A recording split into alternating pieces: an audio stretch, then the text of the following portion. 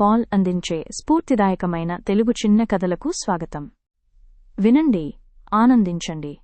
School గంట మోగి చాలాసేపయ్యింది. మీరా మరియు ఆమె మంచి స్నేహితుడు అర్జున్ తమ బెంచ్లను శుభ్రం చేయడానికి వెనుకే నిలిచారు.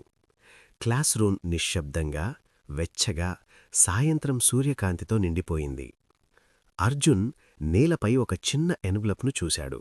దానిపై మ్యాథ్ టెస్ట్ ఆన్సర్ కీ అని వ్రాయబడి ఉంది. దాన్ని తీసుకున్న వెంటనే అతని కళ్లలో ఉత్సాహం మెరవసాగింది. అర్జున్ నెమ్మదిగా చెప్పాడు, ఇది చూస్తే రేపటి పరీక్షలో పూర్తి మార్కులు తెచ్చుకోగలం. మీరా ఒక్కసారిగా ఆగిపోయింది. మంచి మార్కులు కావాలనే కోరిక ఆమెకు ఉంది. కాని ఇది సరైనదిగా అనిపించలేదు. ఆమె గుండె బిగుసుకుపోయింది. అర్జున్ ఇంకా దగ్గరగా వంగి, ఎవరూ తెలుసుకోరు, మనం ఒక్కసారి చూస్తే సరిపోతుంది అన్నాడు. మీరా ఆ ఎన్వలప్ను చూసి తరువాత అర్జున్ వైపు చూసింది. ఆమె నెమ్మదిగా తల ఊపింది. ఇది సరైనది కాదు అని మృదువుగా చెప్పింది. మన మార్కులను మనమే సంపాదించాలి.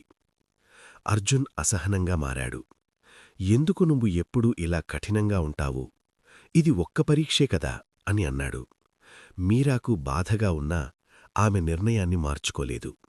లోతుగా శ్వాస తీసుకుని మీరా ఆ ఎన్వలప్ను ఎత్తుకుంది. అర్జున్ ముఖంలో క్షణంపాటు ఆనందం కనిపించింది.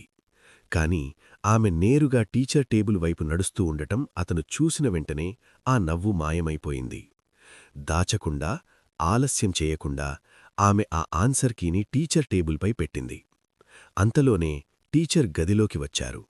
ఆమె మీరాను అది ఎలా దొరికిందని అడిగారు. మీరా నిజం చెప్పింది. టీచర్ ఆనందంగా నవ్వుతూ ఆమె నిజాయితీకి ధన్యవాదాలు చెప్పారు. అర్జున్ పక్కన నిలబడి అది చూసి ఆశ్చర్యపోయాడు. ఆలోచనలో పడిపోయాడు. టీచర్ వెళ్లిన తర్వాత అర్జున్ నెమ్మదిగా మీరా దగ్గరకు వచ్చాడు. క్షమించు అని మృదువుగా అన్నాడు. నువ్వు సరైన పని చేశావు. మీరా చిరునవ్వు నవ్వింది. మనసు తేలికగా అనిపించింది. సరైన పని చేయడం మనలో బలాన్ని పెంచుతుంది అని చెప్పింది. ఇద్దరు స్నేహితులు ఇంటివైపు కలిసి నడుస్తూ మరింత ధైర్యంగా, ఆనందంగా ఒకరికొకరు మరింత దగ్గరవుతూ వెళ్లారు. విన్నందుకు ధన్యవాదాలు. దయచేసి ఛానల్కు సబ్స్క్రైబ్ చేసుకోండి, మీ స్నేహితులతో షేర్ చేసుకోండి మరియు మీ అభిప్రాయాన్ని కామెంట్ చేయండి.